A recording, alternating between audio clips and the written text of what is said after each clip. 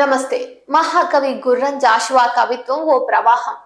ఒక చోట నిర్మల ధారలా ఉంటుంది, అంతలోనే అదో ఉప్పెనలా తలపిస్తుంది. జలపాతంలా దుముకుతుంది, మరో చోట పరవళ్లి తొక్కుతుంది. సముద్రం అంత లోతుగా కూడా ఉంటుంది. అన్ని సందర్భాల్లోనూ అనుభవ సారం, ఆవేదన, ఆక్రోశం, అలజడి కనిపిస్తాయి. సున్నితంగాను కటువుగాను ఉంటూ రెండంచుల ఖడ్గంలా కనిపిస్తాయి. గంభీరంగానూ ఉంటాయి. ఏది రాసినా ఆయన కలం పాఠకుల సాహిత్య దాహార్తిని తీరుస్తుంది, ప్రజలను నిత్య జాగృతం చేసింది. జాషువా సున్నిత మనస్కుడు. ఆ సున్నితత్వం ఆయన సాహిత్యంలో ప్రతిబింబిస్తుంది. కవిత్వంలో ఆర్తి కనిపిస్తుంది. అది నిర్మల ధారలా సాగుతుంది. గిజిగాడి గూడును చూసినా, శిశువును చూసినా, సాలీడును చూసినా ఆయన స్పందిస్తాడు. పేదలు, అభాగ్యులు, బలహీనులు, మూగజీవుల పట్ల ఆయన గుండె కరిగిపోతుంది. వైభవంబున బోలు దేవతల రేడు లేడురా గిజిగాడ మునగాడబోయి అంటూ ఇంటి ముందు గిజిగాడు పక్షిని, దాని పనితనాన్ని చూసి అక్షరీకరించాడు. తల్లికి పిల్లలపై ఉన్న ప్రేమ గురించి ఆర్ద్రతతో గొప్ప సాహిత్యం సృష్టించాడు. అమృతము విషమును వ్యత్యాసం ఎరుగక ఆస్వాదింపచను వెర్రిబాగులాడు అంటూ శిశువును వర్ణించాడు. శిశువును ఇంతకంటే అద్భుతంగా వర్ణించిన మరో కవి లేడేమో. బొటన వేల ముల్లోకములను చూచి లోలోన ఆనందపు నోరు లేని యోగి అంటూ పసికందును యోగిగా అభివర్ణించాడు. అలాగే కరుణరసం నిండిన కన్నీటి కావ్యం గబ్బిలం. ఇందులోని కథానాయకుడు దీనుడు. జాషువా మాటల్లో వాని నుద్ధరించు భగవంతుడే లేడు, మనుజుడెట్లు వాని గనికరించు. తనకు కనిపించే గబ్బిలానికి బాధను చెప్పుకుంటాడు.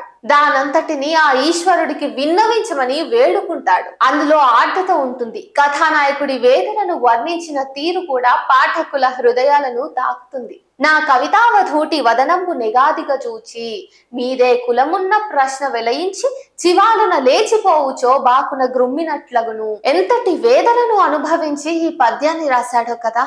ఆ వేదనే జాషువాను అగ్రగణ్య కవుల్లో ఒకటిగా నిలిపింది. చిన్నప్పటి నుండి నా కన్ను పరుల కష్టములను కనియోరువలేదన్నా సుమనస్కుడు కాబట్టే తన గురించి ఇలా చెప్పుకున్నాడు. ఆయన కవిత్వం ఓ ఉప్పెన కూడా.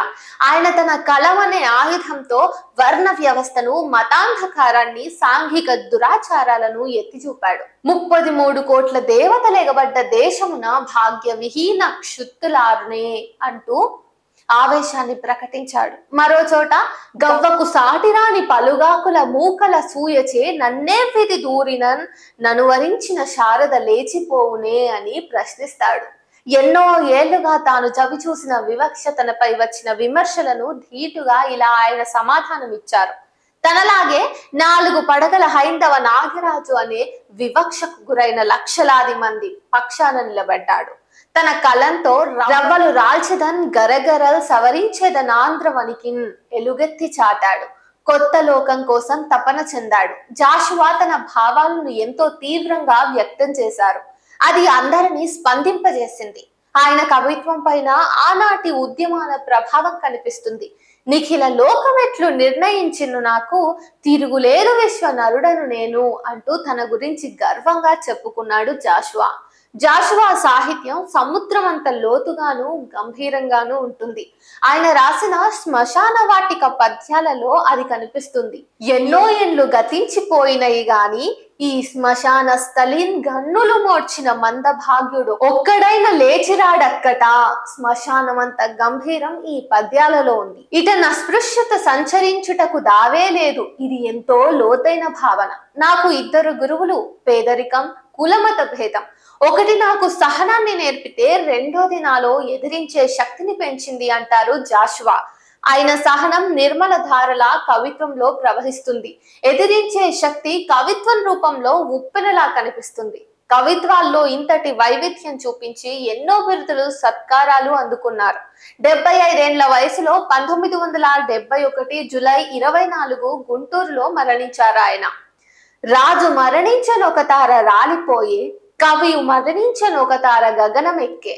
రాజు జీవించే రాతి విగ్రహములందు, సుకవి జీవించే ప్రజల నాల్కలయందు అని గుర్రం జాషువా సుకవి తన కవిత్వంతో ఆయన ప్రజల నాల్కలయందు సజీవంగానే ఉన్నాడు. ఈరోజు కవి జాషువా యొక్క జన్మదినం.